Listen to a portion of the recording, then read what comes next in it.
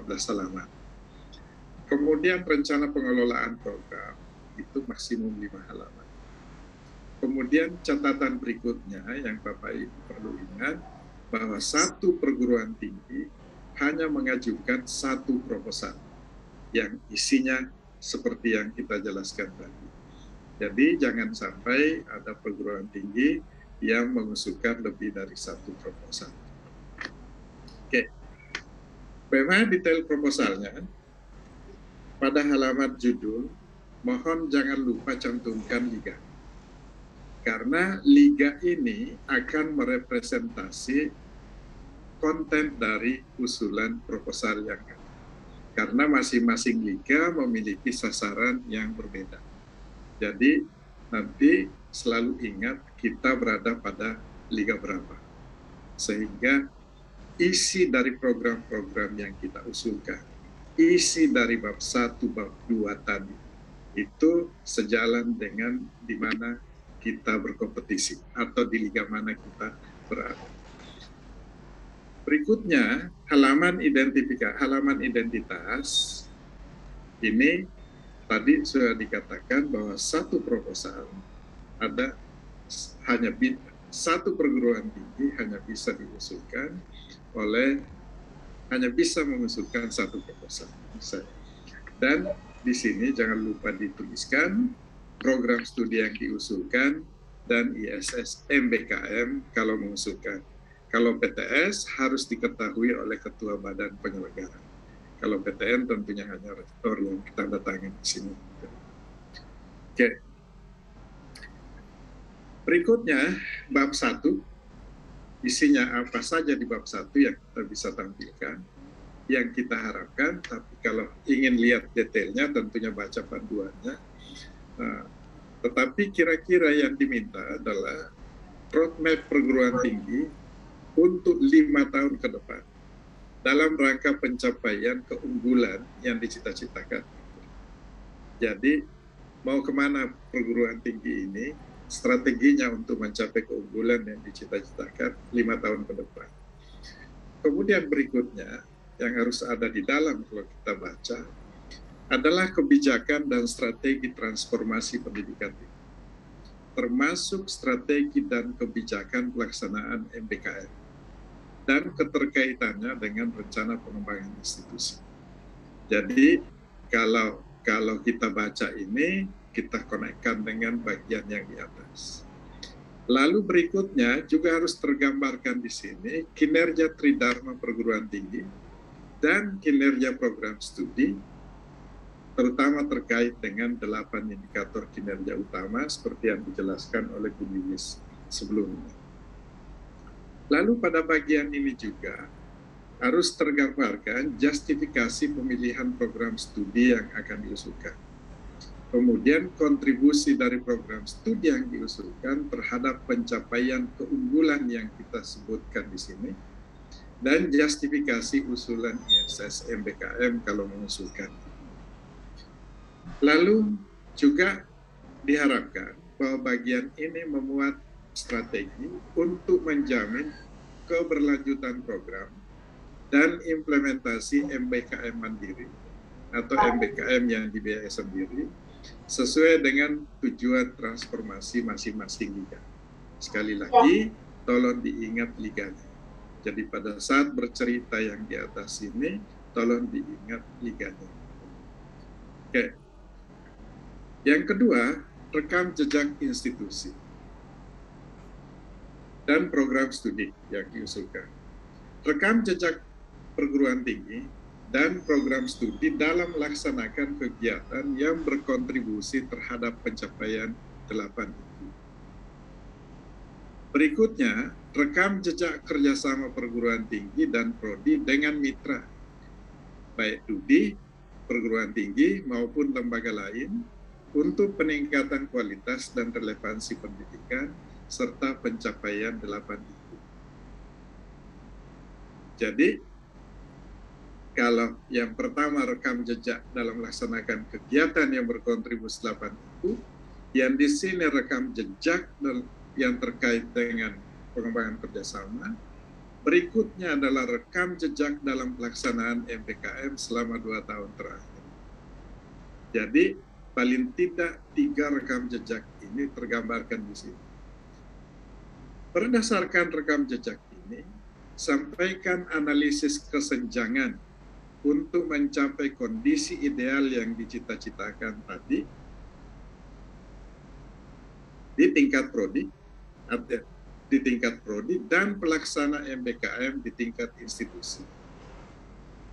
Jadi dari kalau ini kita baca, barangkali akan menggambarkan ke kita pembaca termasuk reviewer bahwa ini memiliki rekam jejak yang baik untuk mencapai tujuannya, tetapi masih ada kesenjangan yang perlu ditutup atau masih ada gap yang perlu ditutup. Gap inilah kalau ingin ditutup, berikan solusi-solusi alternatif untuk mengatasinya. Uraikan di bagian ini. Jadi ada rekam jejak dalam minimal dalam 3 aspek ini, kemudian ada analisis kesenjangan, kemudian berikan solusi alternatif untuk menutup kesenjangan tadi atau untuk mencapai keunggulan yang dicita-citakan yang diuraikan pada bab 1 tadi. Oke. Jadi kira-kira seperti itu. Lalu di bab 3 kita usulkanlah program untuk menutup kesenjangan tadi. Dan ini akan diminta ditutup di program studi yang akan kita usulkan. Oke. Jadi pada bab 3 ini usulan program yang isinya usulan program dan indikator kinerja itu 3 hal yang akan diminta. Yang pertama adalah roadmap dan rasional penetapan program. Ini pada level program studi. Jadi pada bab 3 ini tadi sudah disampaikan isinya ini adalah usulan dari program studi plus ISS MPKM kalau mengusulkan. Yang batasan halamannya maksimum 15 halaman. Oke. Setiap program studi memuat ini. Roadmap dan rasional penetapan program, peta keterkaitan program dengan indikator kinerja utama dan indikator kinerja tambahan atau indikator kinerja ISS MPKM kalau itu untuk ISS MPKM.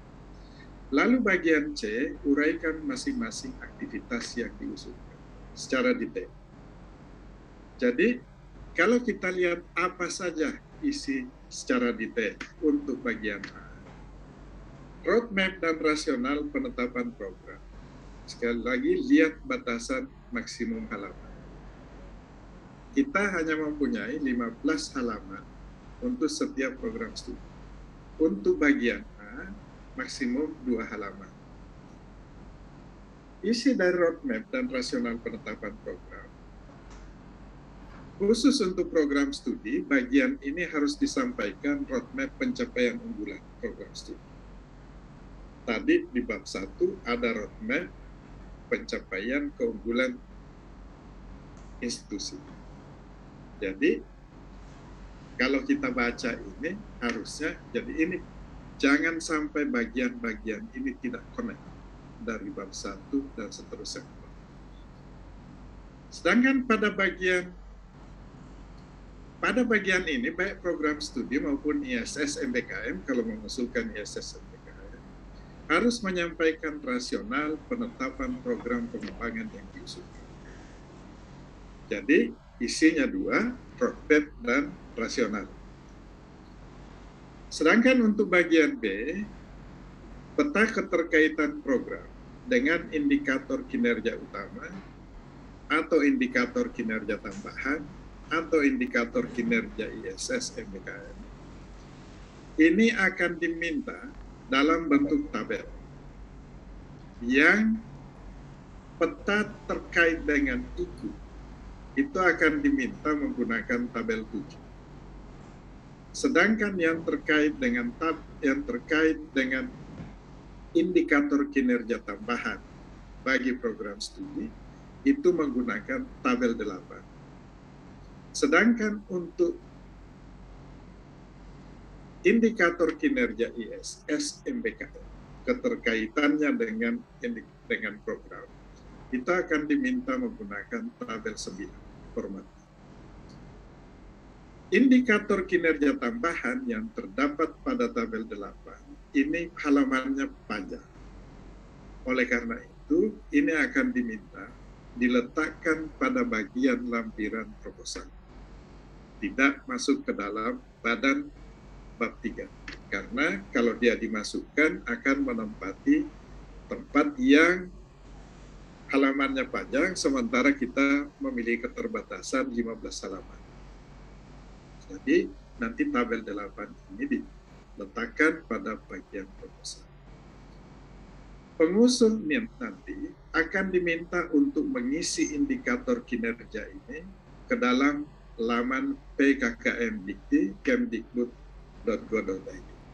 Jadi indikator-indikator yang Bapak Ibu masukkan pada tabel 7, 8, 9 atau tabel peta indikator kinerja utama dengan program, tabel indikator kinerja tambahan dan program, keduanya ini untuk program studi, dan tabel indikator kinerja untuk ISS MBKM harus juga dimasukkan ke dalam laman atau sistem. Apa saja isi dari tabel 7, 8, 9 itu seperti berikut ini. Jadi, tabel indikator kinerja utama yang harus diisi oleh program studi yang mengusulkan, ini mohon diikuti format tabel yang ada di dalam panduan. Demikian juga tata cara pengukurannya. Cara pengukuran misalnya ini persentase jumlah lulusan sarjana yang berhasil mendapatkan pekerjaan, studi lanjut, berwira swasta dengan pendapatan cukup, berapa jumlahnya, berapa persennya, ikuti pengukuran yang ada pada Permendikbud nomor 3 /M/2021. Untuk baseline ini tahun 2021, untuk target tahun pertama 2022, tahun kedua 2023. Lalu tuliskan kode aktivitas utama atau yang paling mendukung IKU ini masing-masing. Jadi nanti pada saat detail aktivitas yang diusulkan nanti akan diberikan ini bahwa dia membutuhkan kode dan kode itu yang dimasukkan ke sini. Oke, jadi mohon pengukurannya mengikuti metode ini. Kemudian untuk tabel, kayaknya tabel 7 ini, tabel 7. Saya lihat 8, tabel 7. Untuk indikator kinerja tambahan, untuk program studi yang diusulkan, tabel 8, formatnya seperti ini. Tadi Bu Lilis sudah jelaskan apa saja isi dari indikator kinerja tambahan untuk masing-masing itu. Ikuti tabel ini, dan tata cara pengukurannya tolong dilihat. Jangan membuat pengukuran yang berbeda dengan yang ada di tabel. Karena nanti ini akan direkap di sistem, kalau memiliki pengukuran yang berbeda akan mengacaukan rekapitulasi dalam sistem. Jadi misalnya, untuk lulusan program sarjana yang mendapatkan pekerjaan, yang berhasil mendapatkan pekerjaan, tata cara pengukurannya yang ada di sini. Untuk jumlah, itu isikan jumlah lulusan pada TS-1 yang berhasil mendapat pekerjaan kurang atau sama dengan 6 bulan. Jadi, jumlah lulusan pada TS-1. TS ini adalah tahun anggaran berjalan. Jadi, kalau mau diisi baseline di sini, TS-nya tahun anggaran berjalannya 2021, berarti yang diisi tahun 2020. Jadi, TS-1, nanti ada keterangannya dalam kartu. Memang cara mengisi persennya, yang bagian ini adalah jumlah lulusan pada TS-1 yang berhasil mendapatkan pekerjaan kurang atau sama dengan 6 bulan dibagi dengan jumlah lulusan pada TS-1. Jadi kalau misalnya jumlah lulusan yang lulus pada TS-1 50 orang, sedangkan yang mendapatkan pekerjaan kurang atau sama dengan 6 bulan 10 orang, maka berarti persennya adalah 20%. Jadi sekali lagi tolong dilihat kolom cara pengumpulan indikator dan ikuti apa yang ada di dalam panduan. Sama halnya dengan indikator kinerja utama di tabel 7, juga diisi kode aktivitas yang paling berkontribusi terhadap indikator ini. Kode aktivitas. Sedangkan untuk ISS MBKM, indikator kinerja, peta kontribusi aktivitas terhadap indikator kinerja, ISS MBKM, sama halnya dengan indikator kinerja tambahan tadi, ikuti tata cara pengukuran yang ada. Jadi, misalnya, kalau di sini di indikator ISS MBKM, ketersediaan dasar hukum tata kelola pada tingkat institusi. Isikan jumlah sama dengan 1 di sini, atau persentase 100% di sini, apabila dasar hukum telah disahkan dan diimplementasikan. Oke. Atau isikan 0 atau persentase 0% apabila dasar hukum belum ada. Jika hanya tersedia draft, jumlahnya sama dengan 0 dan persentase kemajuannya 50%. Jadi kalau hanya draft yang tersedia, katakanlah pada tahun 2022, maka jumlahnya 0, persennya 50%. Kalau sudah ada dasar hukum tata kelolanya pada tahun kedua dan sudah disahkan dan diimplementasikan, maka jumlahnya 1, persennya 100%. Oke. Jadi tolong nanti sekali lagi tata cara pengukurannya diikuti, dibaca baik-baik pada kolom cara pengukuran indikator. Lalu berikan aktivitas terkait yang paling terkait itu yang dominan untuk menghasilkan ini. Oke, tadi saya sampaikan bahwa di bab 3 ini untuk masing-masing program studi itu terdapat 3 bagian yang harus diuraikan. Tadi ABC, termasuk sampai pada indikator. Pada bagian C ini, masing-masing aktivitas diuraikan untuk jangka waktu 2 tahun. Ini baik untuk program studi maupun untuk ISS MBKM.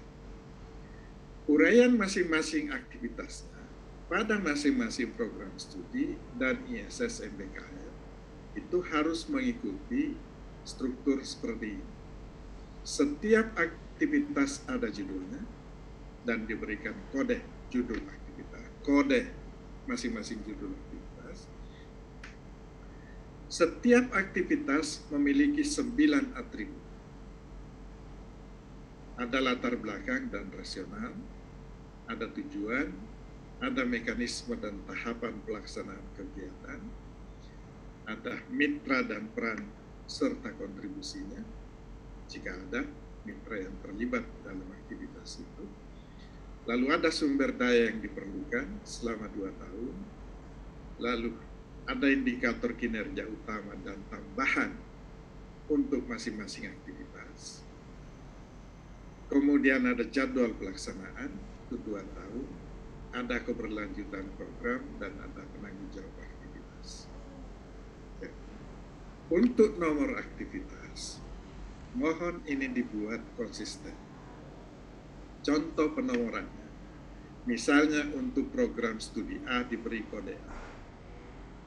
Aktivitasnya 1, 2, dan seterusnya kalau mengusulkan beberapa aktivitas. Untuk program studi kedua diberikan kode B, aktivitas 1 B1, aktivitas 2 B2, aktivitas 3 B3, dan seterusnya. Intinya, dia harus membedakan prodi dan membedakan aktivitas. Sehingga nanti pada saat kode ini dimasukkan ke dalam tabel 7 atau tabel 8, dia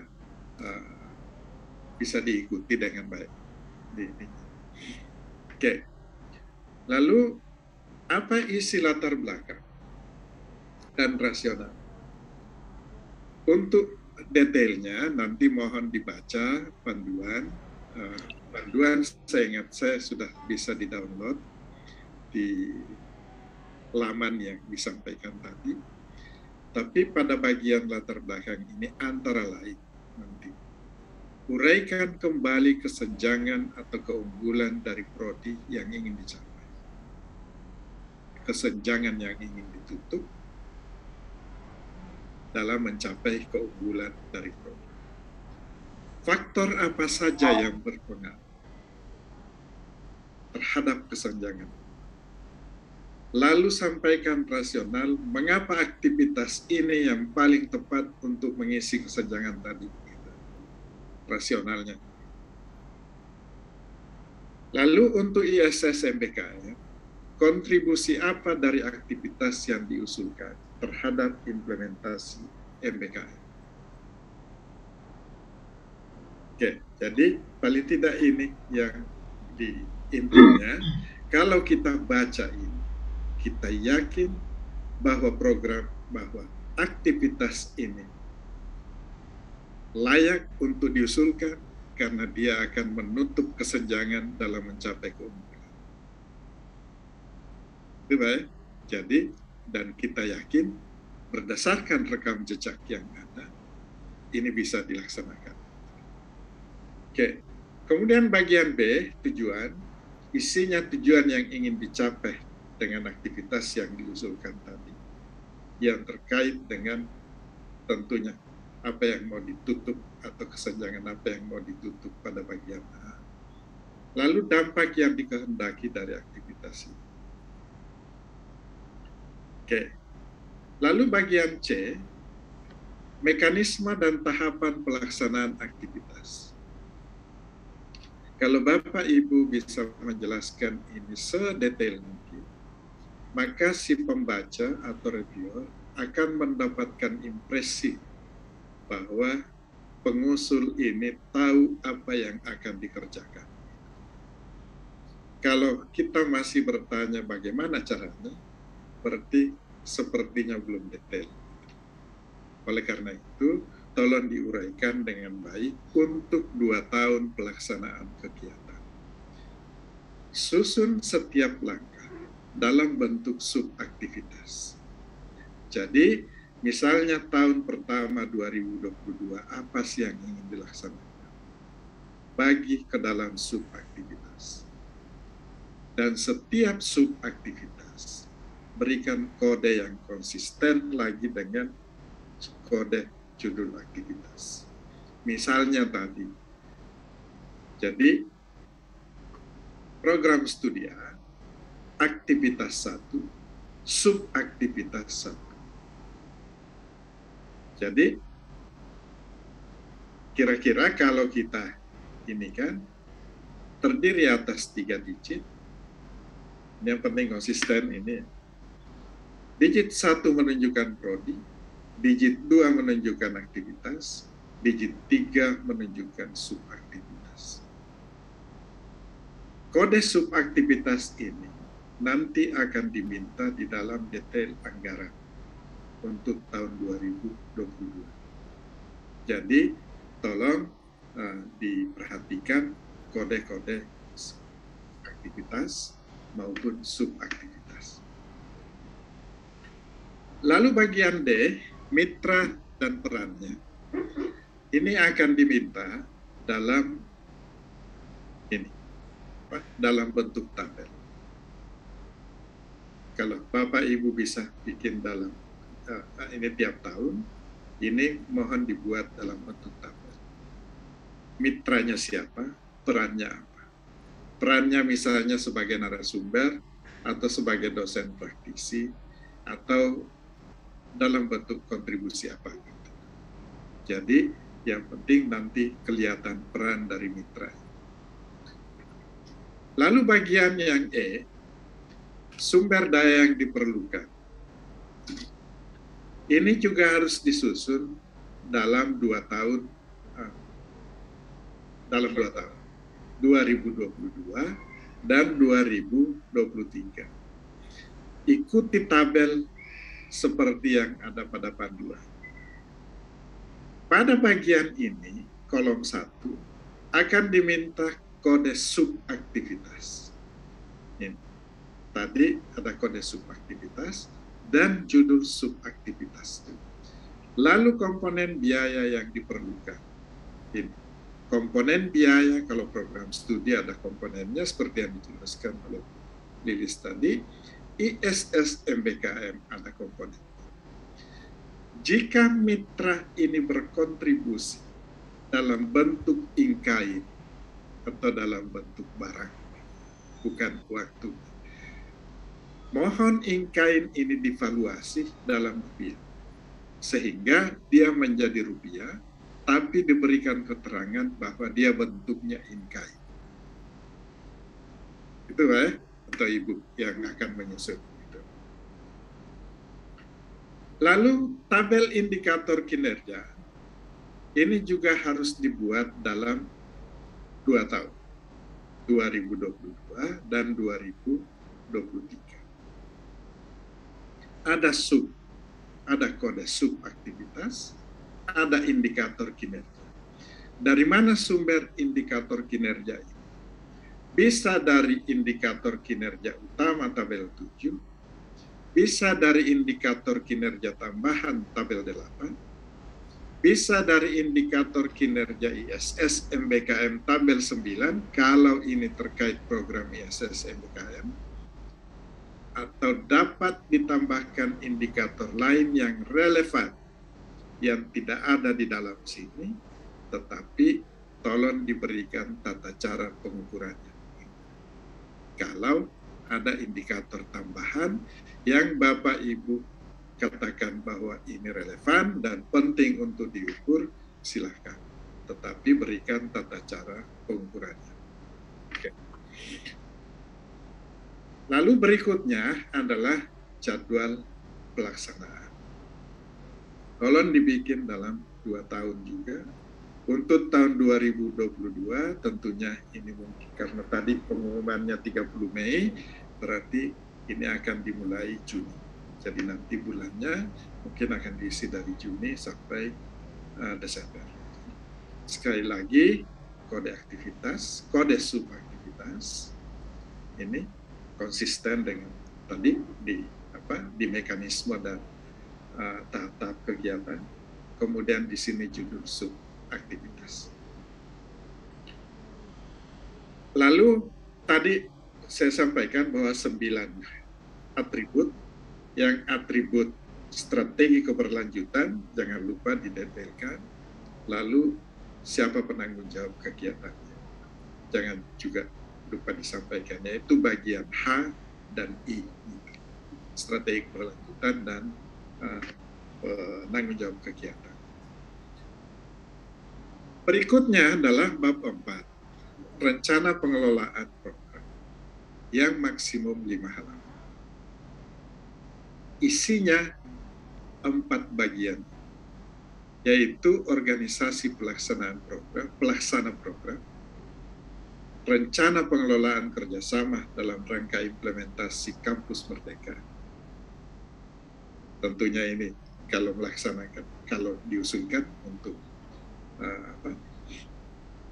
kemudian rencana pengelolaan administrasi keuangan dan pengadaan, dan tata cara monitoring dan evaluasi. Mohon ini ditulis dengan baik supaya bisa memberi impresi atau kesan bahwa ini kalau kita baca kita bilang, si pembaca akan bilang bahwa ini organisasi pelaksana programnya ini siap, capable, dan tahu apa yang akan dikerjakan. Jadi ditulis dengan baik, detail. Oke. Lalu berikutnya adalah usulan anggaran bab 5. Usulan anggaran ini akan diminta rekapitulasi pada tingkat perguruan tinggi yang merupakan rekap dari usulan-usulan program studi dan ISS MBKM. Jadi, ada rekap perguruan tinggi tahun 2022, tahun 2023. Lalu ada rekap anggaran program studi yang diusulkan tahun 2022, tahun 2023. Untuk masing-masing program studi yang diusulkan, plus rekapitulasi anggaran ISS MBKM tahun 2022. Detail dari usulan anggaran ini,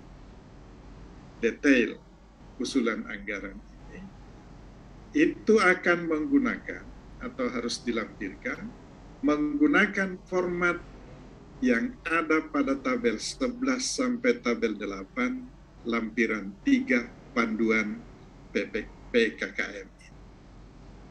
Dan yang didetailkan, rincian anggaran yang detail itu hanya diminta untuk tahun 2022. Meskipun demikian, kita yakin bahwa tidak mungkin rekap prodi atau rekap ISS MBKM bisa dilakukan kalau tidak didukung dengan rincian anggaran. Sehingga pasti Bapak Ibu juga akan memiliki data rincian anggaran tahun 2023.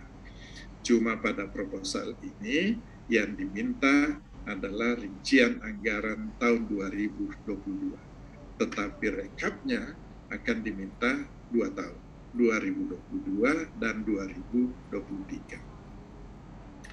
Pengusul akan diminta untuk memasukkan usulan anggaran ini ke dalam website tadi, ke dalam sistem, sama dengan indikator kinerja.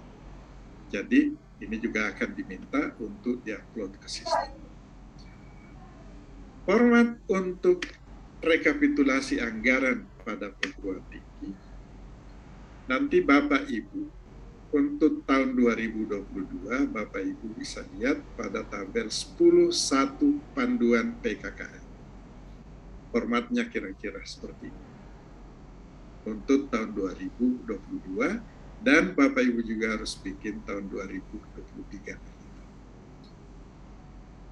Karena ini rekapitulasi, kalau Bapak Ibu di samping mengusulkan program studi juga mengusulkan ISS MBKM, maka di sini, kalau Bapak Ibu lihat komponen biaya program studi dan ISS MBKM, maka peralatan TIK bisa berasal dari program studi dan juga bisa berasal dari ISS MBKM. Sehingga di sini dia adalah gabungan atau penjumlahan dari peralatan TIK Prodi dan peralatan TIK ISS MBKM. Demikian juga untuk komponen lokakarya dan MKD bisa berasal dari program studi dan berasal dari ISS MBKM, bisa gabungan.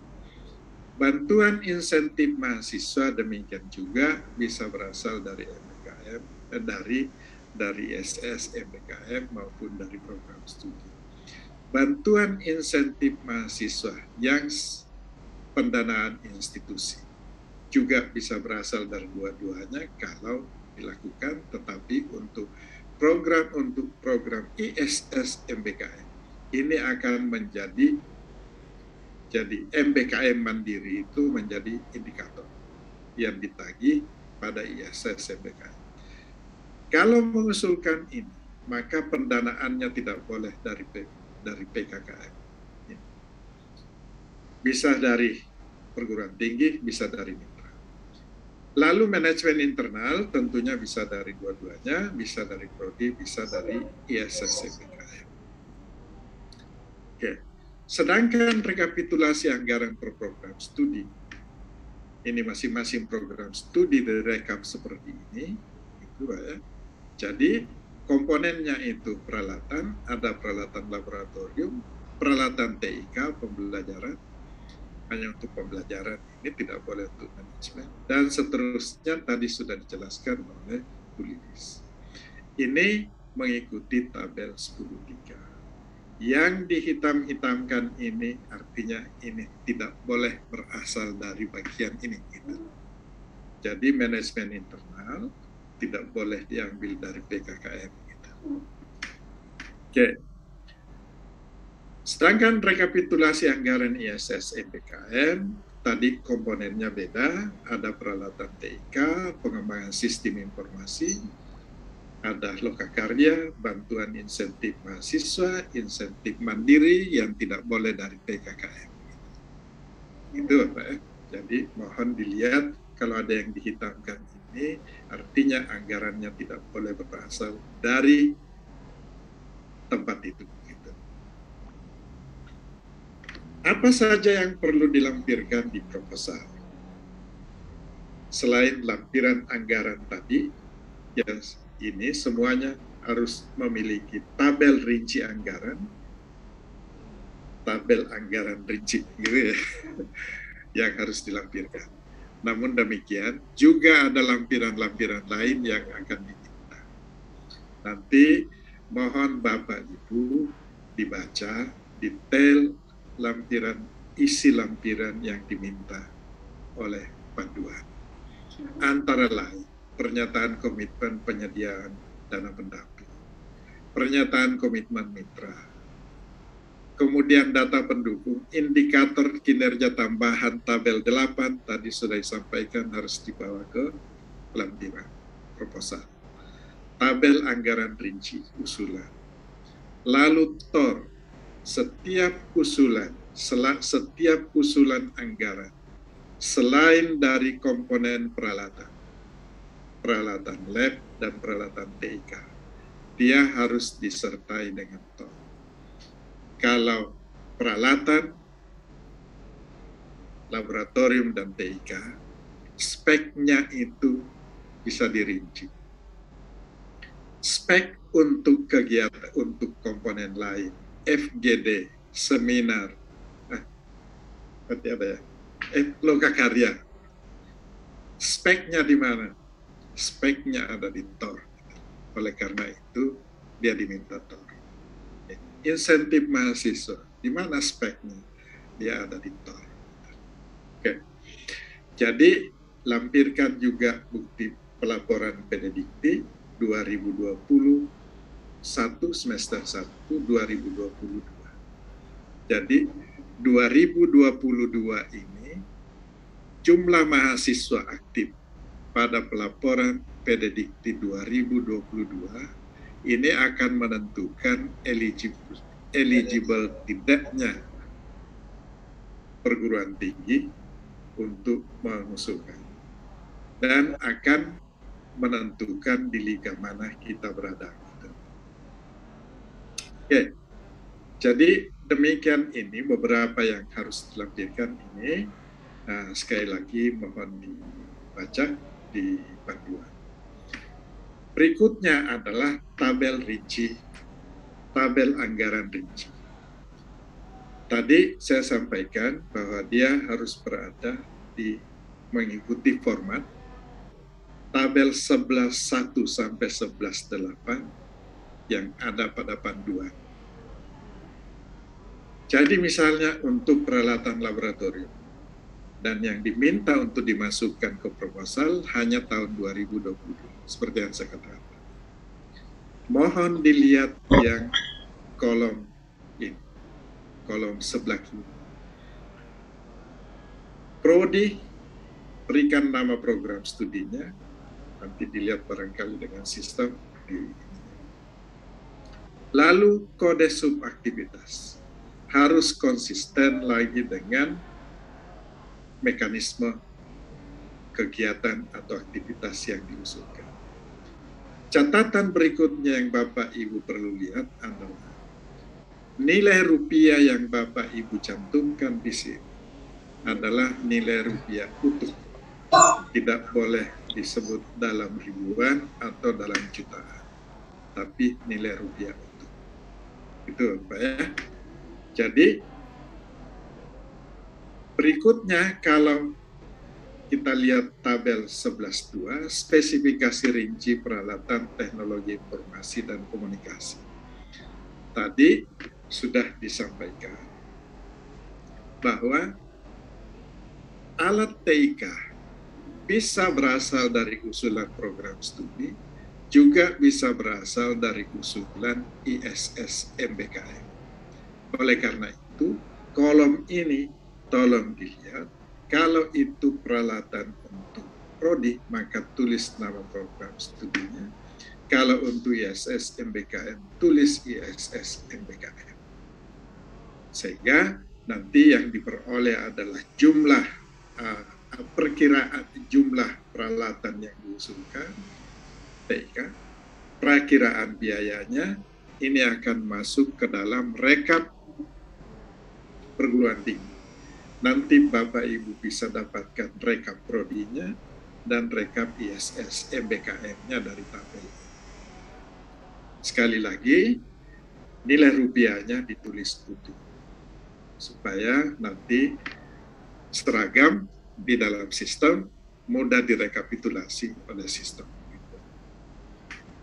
Demikian juga tabel-tabel lainnya dari tabel 11.3 sampai 11.8, mohon dilihat bagian-bagian yang sebelah ini dan kode aktivitas. Saya kira itu yang saya bisa cover dalam struktur proposal ini. Terima kasih. Mudah-mudahan kita bisa menulis proposal dengan struktur yang bagus, dengan isi yang relevan dengan panduan. Demikian yang dapat saya sampaikan. Assalamualaikum warahmatullahi wabarakatuh. Selanjutnya saya Bu Irma. Baik. Waalaikumsalam warahmatullahi wabarakatuh. Terima kasih Pak Junaidi Muhidong. Baik, Bapak dan Ibu. Jadi kita masuk ke sesi tanya jawab.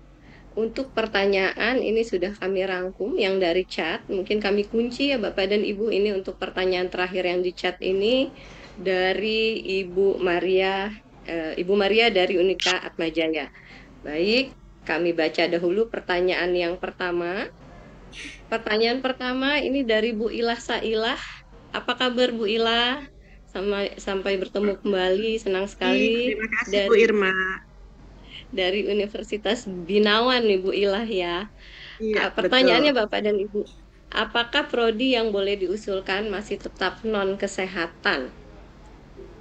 Kami persilahkan Bu Lilis untuk menjawab, Bu Lilis.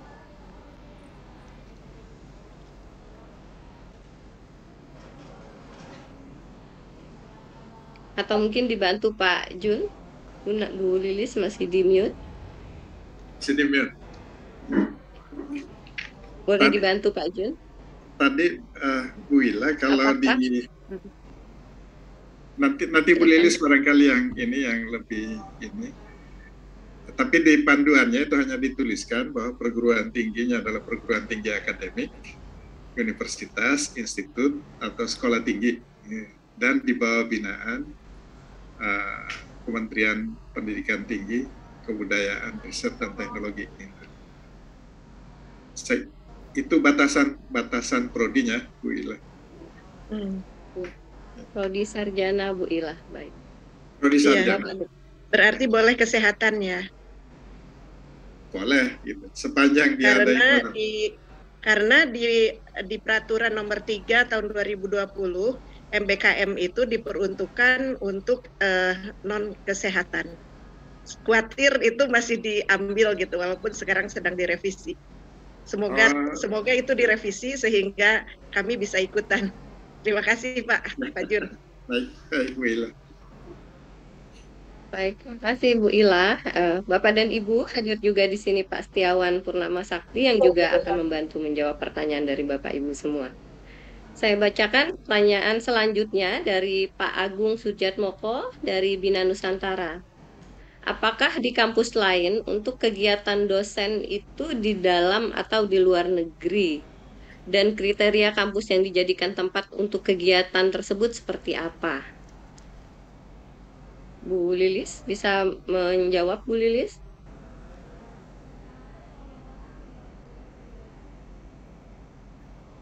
Bu Irma, bolehkah saya diulangi lagi pertanyaannya? Boleh. Ini Boleh, Ibu. agak terganggu Iya. barusan ininya.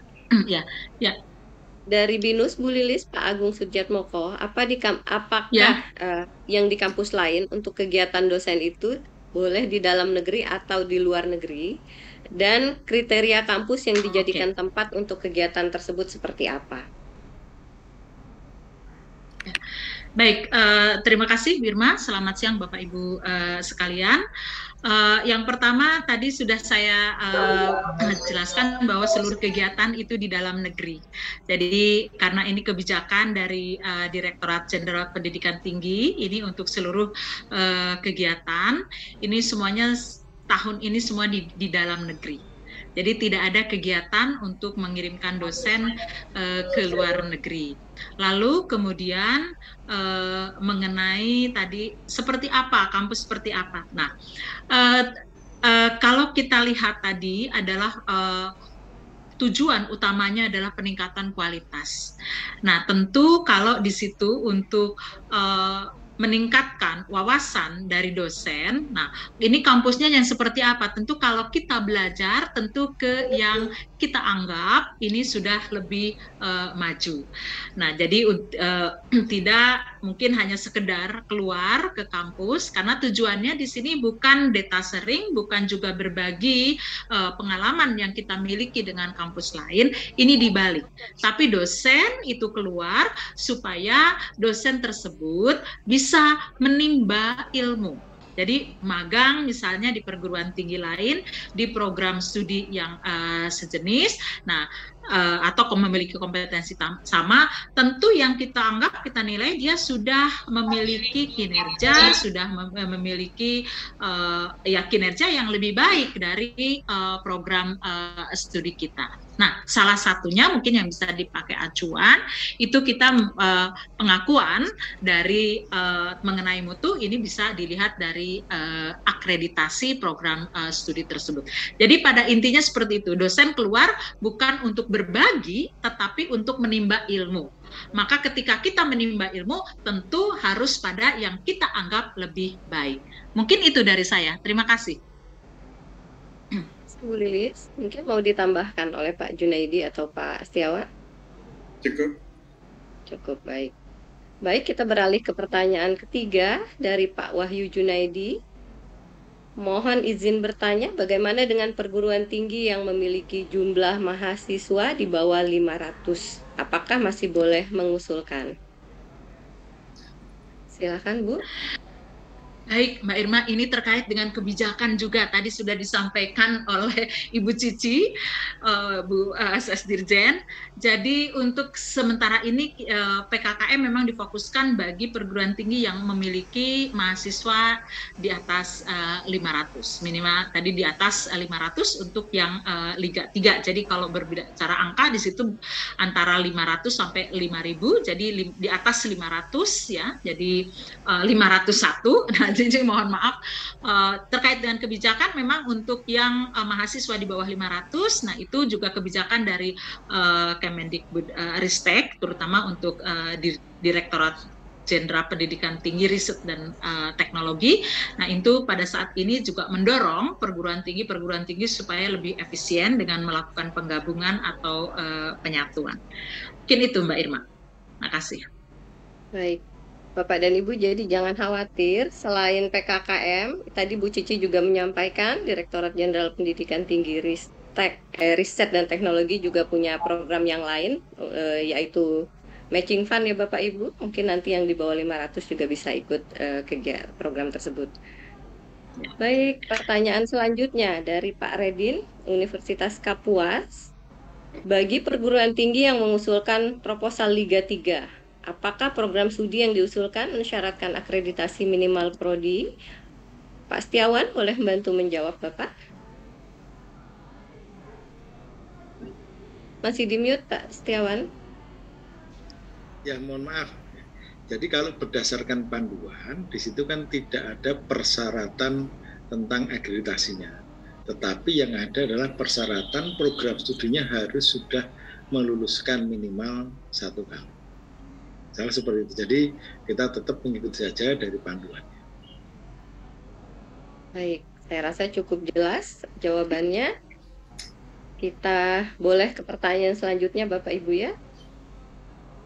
Kemudian dari Pak Heri Sukamto dari UIA, apakah program yang sedang berjalan dan belum diusulkan ke PKKM, apa bisa diusulkan sebagai PKKM yang baru?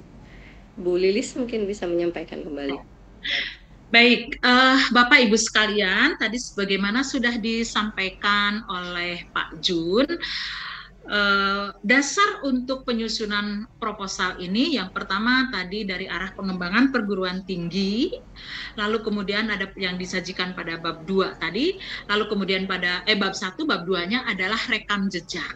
Nah, jadi Bapak Ibu, boleh saja Bapak Ibu mungkin sekarang sudah melakukan PKKM, pasti karena begitu MBKM itu dicanangkan, semua kampus mulai bergerak melaksanakan MBKM, bukan PKKM, melaksanakan MBKM. Nah, namun dari rekam jejak, dari apa yang sudah dilaksanakan, lalu hasil-hasilnya, lalu dilakukan identifikasi. Ketika itu masih ada gap terhadap kondisi ideal, nah maka Bapak Ibu sekalian silahkan untuk merancang program untuk bisa mengisi kesenjangan itu sehingga kondisi ideal pelaksanaan MBKM di kampus Bapak Ibu sekalian itu bisa berjalan dengan baik.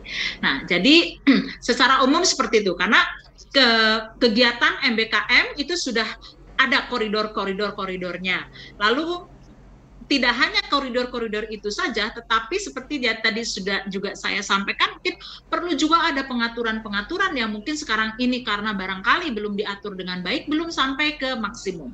Nah, oleh karena itu, silahkan Bapak Ibu mengusulkan program sepanjang ya didasari dengan apa yang sudah dilakukan, lalu apa keinginan yang dicapai, lalu gapnya ada di mana. Nah, mungkin secara umum seperti itu, Bapak Ibu sekalian. Jadi bisa saja program misalnya magang, dari dulu juga sudah ada magang mungkin. Nah, tapi kan kemudian ada perubahan dengan MBKM ini, harus 1 semester, lalu kemudian kalau dulu mungkin juga banyak kegiatan-kegiatan yang sifatnya ekstrakurikuler. Nah, sekarang itu bisa dilihat, bisa dirubah ke dalam SKS. Nah, tentu kan hal-hal ini perlu penyempurnaan. Jadi bisa kegiatannya yang sudah berjalan, tapi kemudian bukan lagi apa perbaikan yang akan dilakukan, sehingga bisa mendorong ketercapaian IKU. Ya, mungkin itu Mbak Irma dari saya. Silakan mungkin ada Pak Setiawan, Pak Jun yang ingin menambahkan, enggak? Cukup, saya kira Cukup. Baik. Terima kasih Bu Lilis. Baik, kita beralih ke pertanyaan selanjutnya dari Bu Mirna.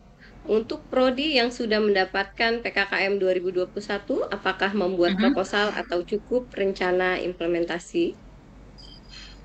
Bu Lilis mungkin ya?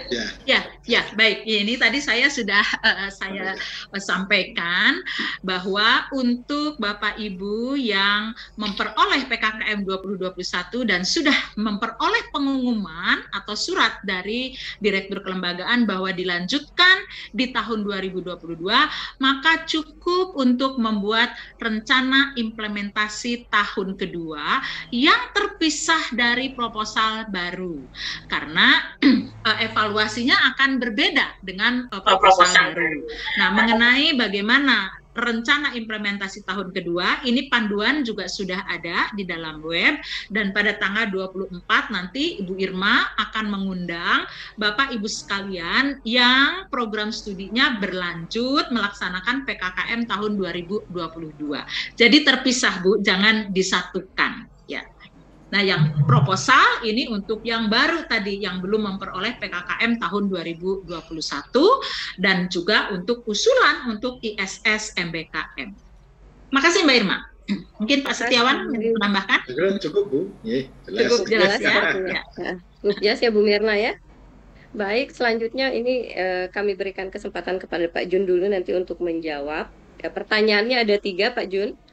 Yang pertama, untuk dana PKKM yang untuk pertukaran pelajar di perguruan tinggi lain, apakah bisa untuk biaya tuition fee dan biaya hidup mahasiswa?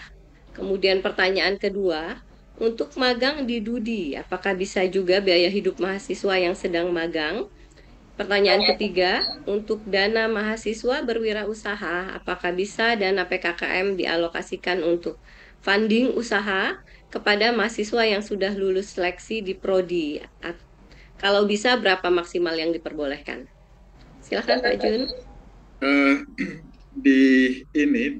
Di panduan itu hanya dituliskan biaya hidup untuk yang pergi magang gitu, biaya tiket dan biaya perjalanan dan biaya hidup yang ada aturan-aturannya disampaikan di komponen pembiayaan gitu.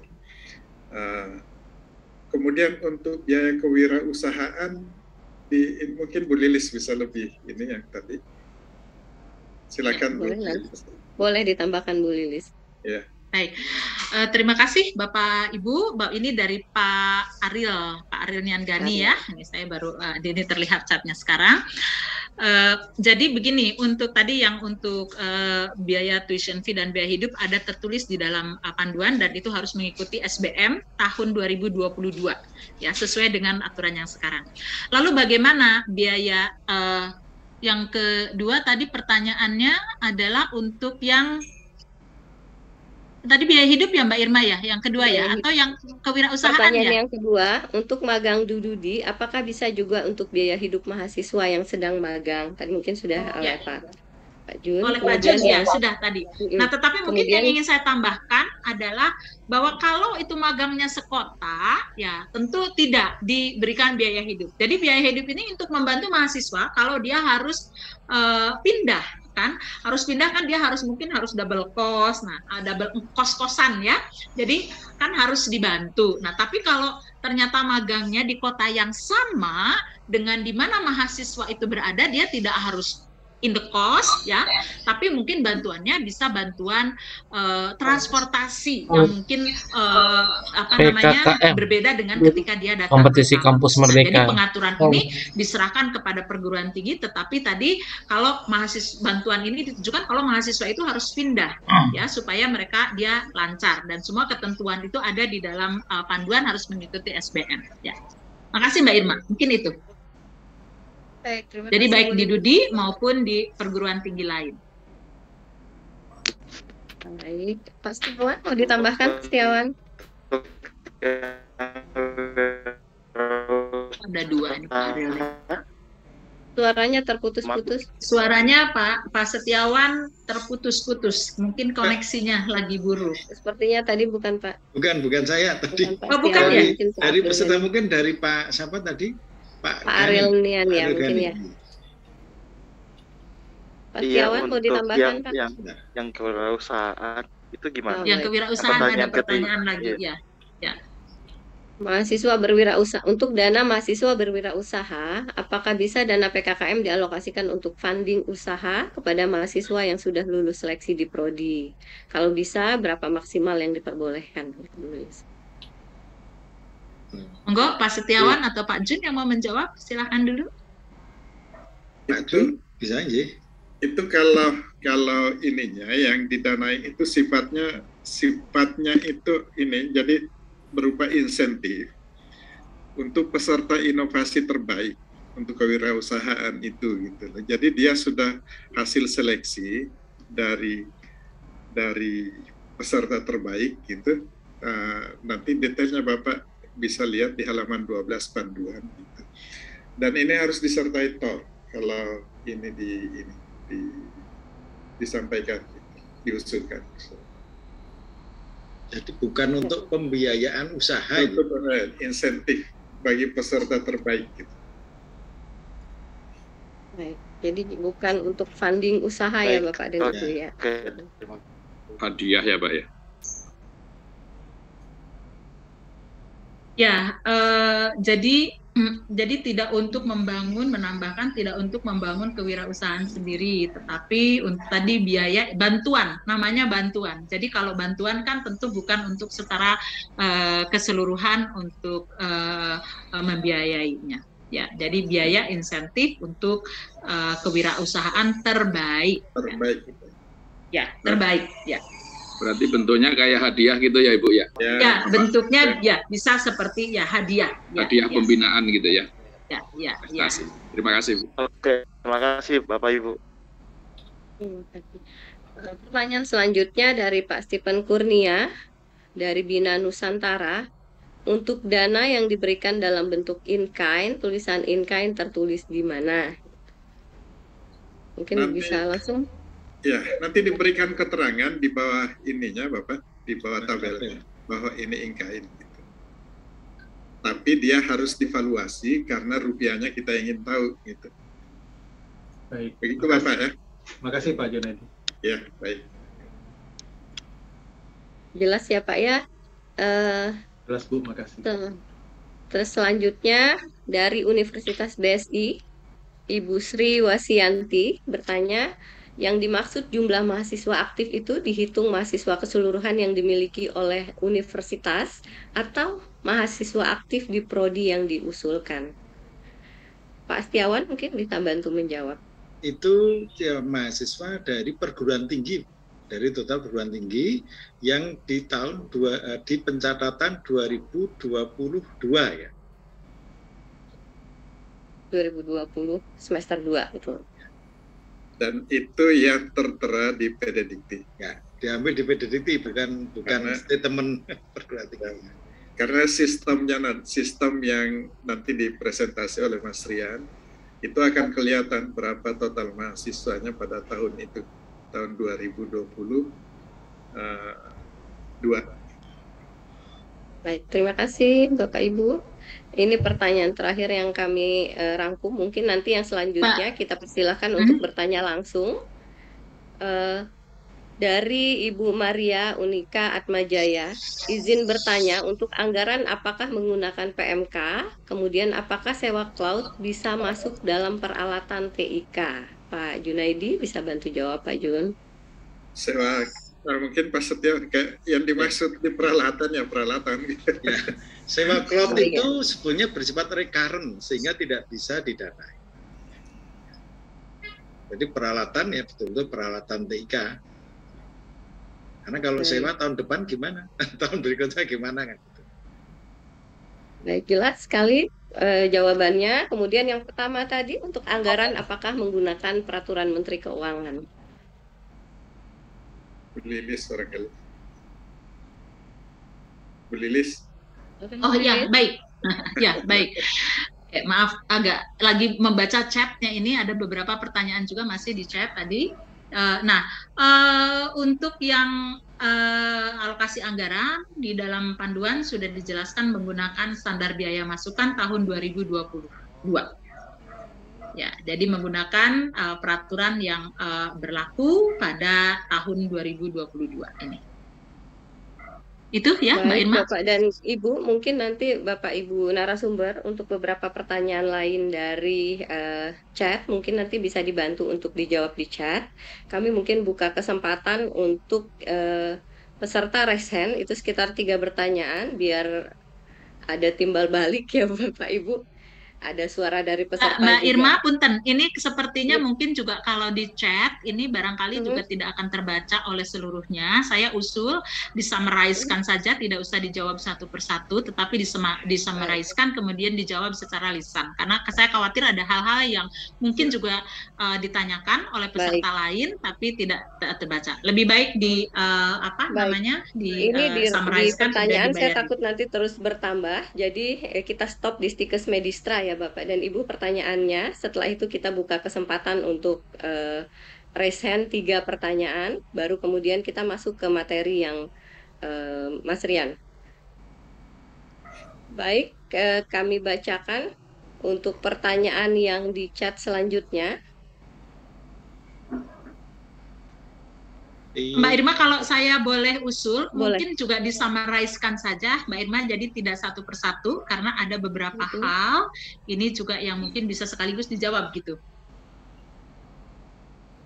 Boleh Bu Lilis, sebentar saya buka ya Bu ya, sebentar. Saya kebetulan juga sudah membaca ini. Mau langsung menjawab Bu Lilis mungkin? Ya, boleh saya langsung saja untuk mengirit waktu ya, ini untuk menghemat waktu. Yang pertama di sini adalah tentang yang proposal dari perguruan tinggi tadi yang sudah disampaikan juga oleh Pak Jun. Satu perguruan tinggi mengusulkan pengembangan prodi atau ISS MBKM. Artinya boleh saja perguruan tinggi itu hanya mengusulkan ISS MBKM atau hanya mengusulkan program pengembangan untuk prodi. Nah, itu dari STIE Pancasila. Lalu mengenai jumlah mahasiswa, ini ada 2 pertanyaan. Ya, ada 2 pertanyaan tentang persyaratan liga. Nah, jadi jumlah mahasiswa yang akan dipakai itu adalah jumlah mahasiswa pada tahun 2020 semester 2. Jadi harus lebih dari 15.000. Kalau pada saat itu data di PD Dikti belum mencapai 15.000, maka Bapak Ibu sekalian akan dimasukkan ke dalam Liga 2. Jadi nanti di laman itu sudah dikelompokkan Bapak Ibu berada di mana. Demikian juga untuk prodi yang perguruan tinggi yang sudah memiliki dari UMBero ini yang sudah memiliki mahasiswa di atas 500, nah tetapi belum meluluskan. Nah, ini tidak bisa prodinya diusulkan karena prodi yang belum meluluskan sekali lagi hanya untuk Liga 1 dan itu pun bidangnya bidang strategis. Jadi Bapak Ibu yang berada di liga yang lainnya atau program studinya bidangnya bukan strategis, walaupun sudah menerima mahasiswa tetapi belum mengusulkan, tidak bisa diusulkan ke PKKM. Nah, mengapa demikian? Nah, karena PKKM ini program-program usulannya berdasarkan pada evaluasi apa yang sudah dicapai, apa yang sudah dihasilkan berdasarkan satu siklus kurikulum. Jadi kalau belum meluluskan maka belum selesai satu siklus kurikulum. Nah, mungkin itu. Nah, mungkin boleh Mbak Irma lanjut saja supaya lebih cepat ya Mbak untuk nanti bertanya Ibu langsung ya nanti ya. Nah, lalu kemudian juga perbedaan untuk insentif bantuan mahasiswa dengan insentif mahasiswa MBKM Mandiri. Jadi MBKM-nya sama, Mbak ya, MBKM-nya sama, tetapi sumber dananya kalau yang PPKM itu PPKM dan Mandiri itu dilihat dari sumber dananya. Jadi ini Universitas Al Azhar ya. Nah, jadi kalau yang MBKM Mandiri maka seluruh pendanaan itu berasal dari perguruan tinggi. Nah, perguruan tinggi itu mungkin memperoleh dananya dari yayasan sendiri atau mungkin juga dari hasil kerjasama. Nah, sementara yang MBKM PKKM itu dananya dimintakan dari PKKM. Jadi bisa saja mahasiswa sama-sama magang, ada 10 mahasiswa magang. Yang 5 diambilkan dananya dari PKKM, diusulkan PKKM. Yang 5 lagi didanai dari dana internal. Nah, ke depannya ya pelaksanaan MBKM dengan dana internal ini diharapkan menjadi semakin banyak sehingga MBKM ini bisa dilaksanakan secara mandiri. Mungkin itu ya Bapak Ibu sekalian. Nah, lalu kemudian ISS, apakah ISS harus UPT ya? Nah, tidak harus UPT. Jadi yang penting fungsinya. Bisa saja dia bukan UPT sendiri tetapi berada di koordinasi di Wakil Rektor 1, jadi tidak harus selalu UPT. Nah, ini dikembalikan pada kenyamanan, lalu kemudian juga kenyamanan terutama kemudahan pengelolaan di Bapak Ibu di perguruan tinggi Bapak Ibu sekalian. Jadi bisa saja bersatu dengan WR1 dia sebagai satu unitnya tidak menjadi satu UPT tapi yang memfungsikan ke arah bagaimana PMBKM ini dikelola atau mungkin juga ada di bagian kerjasama misalnya atau di mana tergantung dari di Bapak perguruan tinggi Bapak Ibu sekalian, tetapi yang terpenting adalah fungsi pengelolaan dan fasilitas itu berjalan. Nah, jadi ini yang kemudian juga menjadi justifikasi nanti Bapak Ibu sekalian akan di mana yang mengelola ISS, apa yang memfasilitasi dan mengelola MBKM ini. Nah, tentu diharapkan ya bukan hanya selama PPKKM saja, tetapi diharapkan terus berlanjut. Setelah PKKM itu berhenti, maka Bapak Ibu sekalian sudah ada entah itu namanya unit, subunit atau bagian yang berfungsi untuk terus-menerus mengelola MBKM. Nah, tentu kejelasan ini juga nanti akan menjadi bagian dari strategi perguruan tinggi bagaimana supaya MBKM ini terus berjalan. Ya, saya kira mungkin lalu kemudian pengumuman PT yang ikut PKKM itu tadi saya sudah sampaikan ada di web atau surat langsung. Ini mungkin nanti Bu Irma. Nah, mengenai rekam jejak mengikuti program ini, apakah harus punya rekam jejak ada kegiatan dosen di luar negeri? Tidak harus ya. Jadi penilaian bukan checklist, oh ada rekam jejak luar negeri lalu di checklist. Nah, tetapi bagaimana Bapak Ibu bisa mengemukakan apa yang sudah dicapai, lalu kemudian kondisi ideal yang ingin dicapainya, dan lalu gap yang masih ada itu apa, lalu bagaimana mengisi gap tersebut. Ya. Nah, ini sebetulnya yang dari Ukrida tadi sudah disebutkan. Nah, lalu tentang ISS-nya, ya. Nah, tadi yang rencana implementasi untuk prodi. Tadi Bu Ses juga sudah memperlihatkan gambar ISS-nya itu dicoret, artinya tidak dilanjutkan. Tapi Bapak Ibu sekalian, silahkan mengusulkan di proposal baru PKKM tahun 2022. Ya, jadi ISS memang tidak dilanjutkan, tetapi Bapak Ibu silahkan mengusulkan masuk di panduan yang baru. Mungkin itu Mbak Irma, mangga silahkan untuk yang langsung mungkin nanti Pak Jun dan Pak Setiawan bisa menjawabnya. Terima kasih. Baik, mungkin kita berikan kesempatan untuk yang bertanya langsung. Pak, sudah ada yang resen Pak dari Ukrida, Pak Alfian Riruma. Kami persilahkan Bapak. Iya, Ibu, terima kasih banyak. Ibu, izin memastikan Ibu, yang pertama terkait, iya, tidak apa Ibu, izin memastikan, mohon maaf saya off cam, izin memastikan terkait surat pengajuan untuk dapat mengakses ke laman PKKM, kan kita perlu mengusulkan surat untuk tim task force-nya.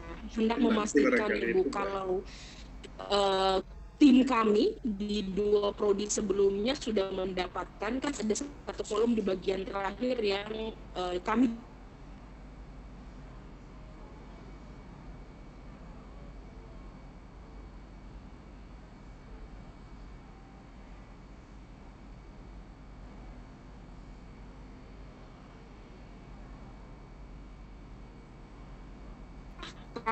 diiskan 2 prodi yang mengisi kolom itu diisi dengan prodi yang baru yang mau diusul. Baik, Bu Alfian, suaranya terputus-putus, namun sudah bisa kami tangkap Ibu.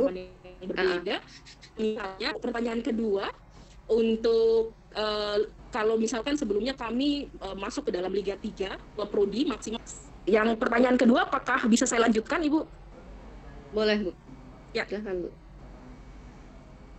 Baik Ibu, izin saya memastikan yang tahun 2000. Langsung ke pertanyaannya Bu, terputus sepertinya. Baik. Ya. Tadi terkait izin balik. Ya Bu. Masih terputus Ibu. Mohon maaf. Baik. Bisa dijawab Pak, kira-kira kemana pertanyaannya? Iya, untuk yang pertanyaan pertama mungkin Pak Setiawan tadi sepertinya juga sudah disampaikan oleh Bu Cici, jadi dipertegas lagi mungkin oleh Bu Lilis, maaf, dipertegas lagi mungkin oleh Pak Setiawan tadi terkait di mana surat, kemudian atau mau ditambahkan Pak Setiawan? Surat pemberitahuan ya? Ya, atau mungkin saya yang bantu jawab. Mbak Irma aja yang pertama ya, yang kedua nanti saya jawab. Baik, untuk surat nanti Bapak dan Ibu tampilkan di laman, Bapak Ibu bisa lihat di laman pkkmdikti.kemdikbud.go.id. Kemudian nanti juga ada penjelasan dari Mas Rian. Setelah ini Bapak dan Ibu nanti ada penjelasan terkait aplikasi, nanti Bapak Ibu bisa lihat lebih jelas seperti apa tampilan dan di mana Bapak dan Ibu bisa melihat apakah yang tahun pertama itu melanjutkan atau tidak, begitu juga dengan besaran bantuan yang diberikannya. Demikian Bu Alfrian. Untuk kemudian yang kedua silakan, Pak. Itu pengusulannya sesuai liga pada saat diusulkan. Jadi kalau misalnya yang tahun kemarin itu Liga 3, ya kan tetap kan kalau lanjut ya. Kemudian kalau saat ini itu bisa berdasarkan datanya itu masuk di Liga 2, ya berarti nanti kompetisinya yang 2022 ini Liga 2. Jadi sesuai nanti ketika login kan tadi sudah disampaikan untuk yang tahun ini masuk liga yang mana. Kita tidak mengubah yang tahun 2021, tetapi untuk yang 2022 nanti mengikuti sesuai dengan ketika login masuk di liga mana. Saya kira itu. Baik, terima kasih. Mungkin mengingat waktu Bapak dan Ibu, satu pertanyaan lagi kami buka bagi yang raise hand. Sepertinya sudah jelas semua. Baik, alhamdulillah. Nanti materi Bapak dan Ibu akan kami share linknya di kolom chat. Kita beralih ke materi yang selanjutnya yang juga tidak kalah pentingnya nanti, yang materi yang sangat membantu Bapak dan Ibu dalam mengusulkan proposal di sistem. Kami persilahkan materi ini akan disampaikan oleh Mas Rian. Mas Rian, kami persilahkan. Baik, terima kasih Ibu. Mohon izin Bapak Ibu untuk berbagi layar.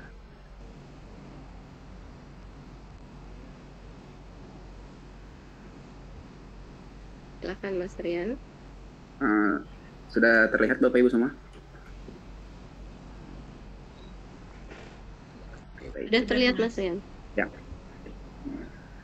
Baik, untuk program kompetisi Kampus Merdeka 2022 sendiri, kita akan mengaksesnya Bapak Ibu di pkkmdikti.kemdikbud.go.id, atau mungkin yang Bapak Ibu pernah akses itu halamannya sama, tapi untuk aksesnya, loginnya itu sudah menggunakan akun yang berbeda. Baik, pembahasan kali ini kita akan membahas tentang arsitektur sistem, lalu pembuatan akun, lalu kita ada membahas beberapa pertanyaan terkait sistem. Sistem PKKM sendiri, kita mengambil beberapa data dari Predikti dan dari perguruan tinggi dan dari sekretariat. Jadi, semua bisnis sekarang ada di dalam pkkm.kemdikbud.go.id. Jadi, harap masukkan dan pastikan data di Prediktinya aman. Lalu, di sini data apa aja yang kami dapatkan dari Predikti untuk keperluan administrasi. Di antaranya di sini ada status pelaporan 2021 dan 2022. Lalu di sini ada mahasiswa aktif 2022. Selanjutnya ada data rekam jejak, yaitu diantaranya ada lulusan, rata masa studi, dan juga dosen. Di sini ada persiapan awal pembuatan akun. Pastikan pengguna memiliki akses sebagai pengelola atau operator Predikti di perguruan tinggi. Akun Predikti ini hanya dipakai sekali untuk membuat akun tim task force. Jadi Bapak Ibu mendaftarkan tim task force-nya melalui operator. Lalu di sana ada isian formulir pendaftaran akun task force yang tadi Bapak Ibu tanyakan. Nah, di situ lalu unduh template surat permohonan akun PKKM setelah mengisinya. Untuk surat tadi itu satu proposal, satu permohonan. Misal untuk yang proposal baru itu surat permohonan akun task force-nya yang baru. Berarti untuk yang ongoing ada yang ongoing. Nanti akan kita sediakan. Lalu di sini permohonan akun ini Bapak Ibu bisa login, ada tata caranya, ada formulir task force, nanti untuk template dilengkapi tanda tangan pimpinan. Berikut tampilan yang bisa kita tampilkan di website. Nah, di sini setelah Bapak Ibu login, masuk ke dalam sistem sebagai operator, Bapak Ibu bisa melihat di sini ada akreditasi perguruan tinggi Bapak Ibu. Lalu di sini ada jumlah mahasiswa aktif, lalu ada liga. Di sini juga tidak kalah penting ada pelaporan Predikti 2021 dan Predikti 2022. Nah, Bapak Ibu, ya dua pelaporan ini akan menjadi status eligibilitas perguruan tinggi Bapak Ibu. Jadi mohon dipastikan keduanya itu lebih dari 95%. Keduanya lebih dari 95%. Selanjutnya di sini ada status prodi sebelumnya. Jadi untuk Bapak Ibu yang sudah mendapatkan program Kompetisi Kampus Merdeka 2021 bisa melihat status program studi yang dilanjutkannya. Di sini misal ada 4 prodi yang diikutkan dalam 2021, lalu hanya 2 yang diteruskan. Misal di sini ada teknik perkapalan, pagunya sekian, teknik sipil, pagunya sekian.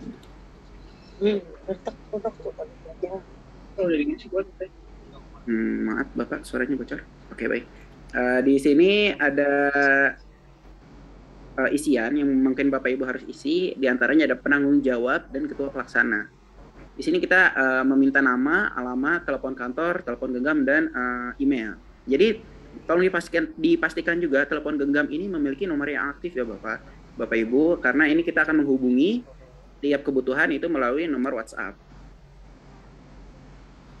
Nah ini jika task force sudah diajukan, Bapak Ibu bisa melihat tampilan ini, ada statusnya sini, ditolak, diterima.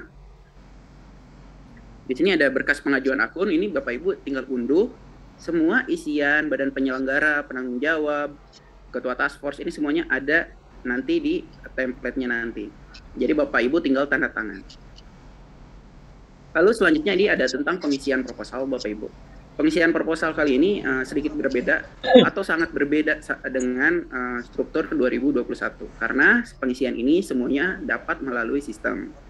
Kenapa? Karena untuk menyesuaikan struktur dengan panduan Bapak Ibu. Jadi semua panduan kita dalami dan menjadi sistem ini biar strukturnya sama semua tiap perguruan tinggi.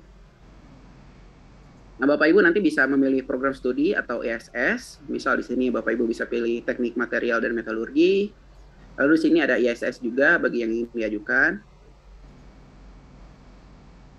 Nah, ini contoh nanti pengajuan programnya, Bapak Ibu bisa susun urutannya, misal ISS ini dengan nomor 1, perencanaan wilayah kota ini nomor 2, nomor 3, berdasarkan urutan yang diinginkan oleh Bapak Ibu semua. Lalu untuk penyusunan program, kita akan mengisi satu-satu Bapak Ibu, ini kebutuhan bab 3. Di sini ada roadmap dan rasional penetapan program, itu semuanya ada di panduan. Kami dari sistem mengikuti total dari panduan. Jadi Bapak Ibu bisa mengacu pada panduan yang sama.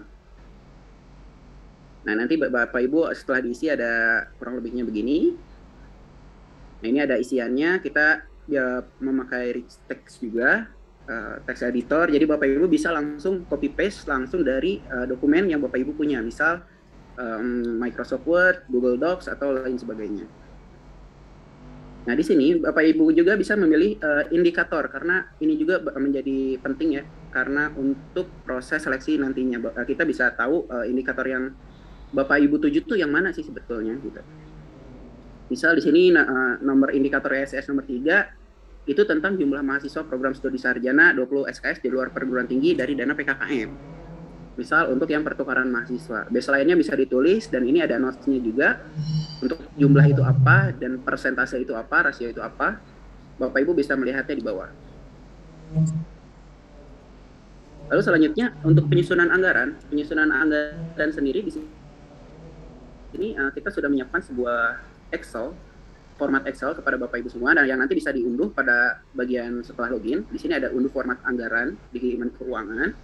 Di sini ada kode subaktivitas dan di situ ada Excel-nya juga. Jadi Bapak Ibu tinggal mengcopy paste kode subaktivitas ini ke dalam Excel. Nah nanti kode tersebutlah yang akan kami baca dan menyesuaikan untuk anggaran-anggaran yang Bapak Ibu ajukan. Misal di sini untuk peralatan di sini ada kode subaktivitas, berarti 1.1.1 yang tadi kode itu. Lalu di sini ada namanya, spesifikasi teknisnya, jumlah, harga. Nanti bisa kami baca melalui sistem. Tapi ingat, kode subaktivitas itu harus berdasarkan referensi yang ada di web atau yang ada pada tabel referensi nanti pada Excel. Jadwal proses seleksi masuknya sendiri kita semuanya sama pada 29 April 2022. Nah, Untuk waktunya berapa hari lagi untuk tenggat waktu di website sudah tertera, jadi Bapak Ibu bisa terus mengakses website dan terus memantau apa saja perkembangannya nantinya. Kurang lebihnya begitu Bapak Ibu. Mungkin saya coba serahkan lagi ke Mbak Irma. Terima kasih. Terima kasih Mas Rian. Baik Bapak dan Ibu, kami persilahkan yang mau bertanya untuk raise hand. Bu, ini ada raise hand dari Bu Alfian tadi, atau ini yang tadi mungkin ya saya berikan lawahan ya Bu ya. Ya, Bu Irma izin. Ya. Ya, suara saya terdengar Ibu. Pak mau bertanya ke Pak Rian, Ibu hendak memastikan ya, kembali. Boleh. Ya, Pak Rian, kalau untuk mendapatkan akses ke untuk laman PKKM kan kita perlu mengusulkan tim task force ya Pak ya. Nah, untuk formatnya kan yang paling bawah ada poin nomor 6, paling terakhir adalah program studi yang diusulkan, Pak. Misalnya, kami mendapatkan pendanaan yang kedua, karena sebelumnya di 2021 sudah dapat pendanaan yang pertama. Apakah kita perlu menuliskan nama prodi yang dilanjutkan, atau kolom itu hanya diisi untuk nama prodi yang baru mau diusulkan, Pak Rian? Terima kasih. Baik, boleh langsung dijawab, Mbak Irma? Boleh, silakan langsung, Mas Rian. Bu, seperti yang sudah saya jelaskan tadi, misal untuk proposal baru, tuliskan program studi yang baru ya Ibu, untuk permohonan akunnya. Untuk yang ongoing, nanti akan ada pendaftaran juga, itu bisa sama, bisa beda. Task force-nya, nama task force-nya. Tapi di situ dibedakan mana prodi ongoing, mana prodi yang baru.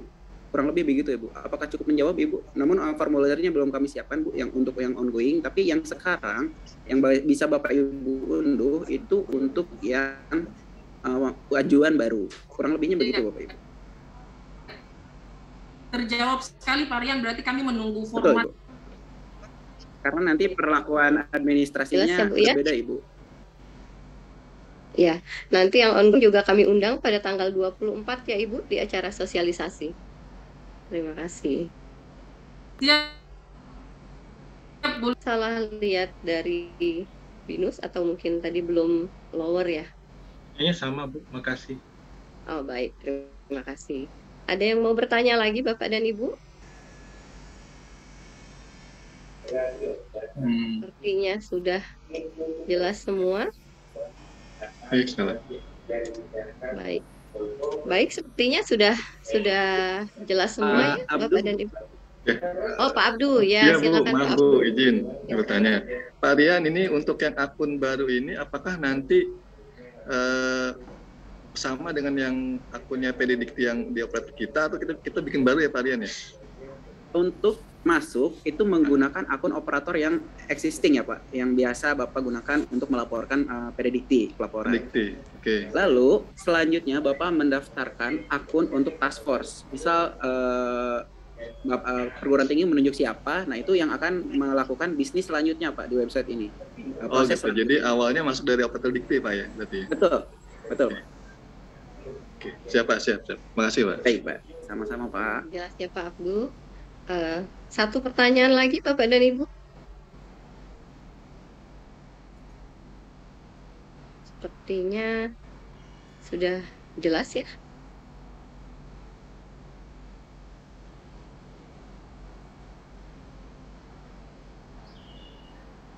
Baik Bapak dan Ibu, mungkin karena ini sudah tidak ada lagi yang bertanya, mengingat waktu juga sudah hampir menunjukkan pukul 11, jadi acara sosialisasi ini akan kami tutup. Namun sebelumnya kami persilakan kepada para narasumber apakah ada yang mau disampaikan sebelum kegiatan sosialisasi ini ditutup sebagai kalimat penutup atau himbauan dan lain-lain.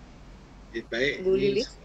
Oh, Bu Lilis, Bu Lilis. Boleh, Pak Setiawan dulu. Setiawan dulu, monggo, Pak Setiawan dulu.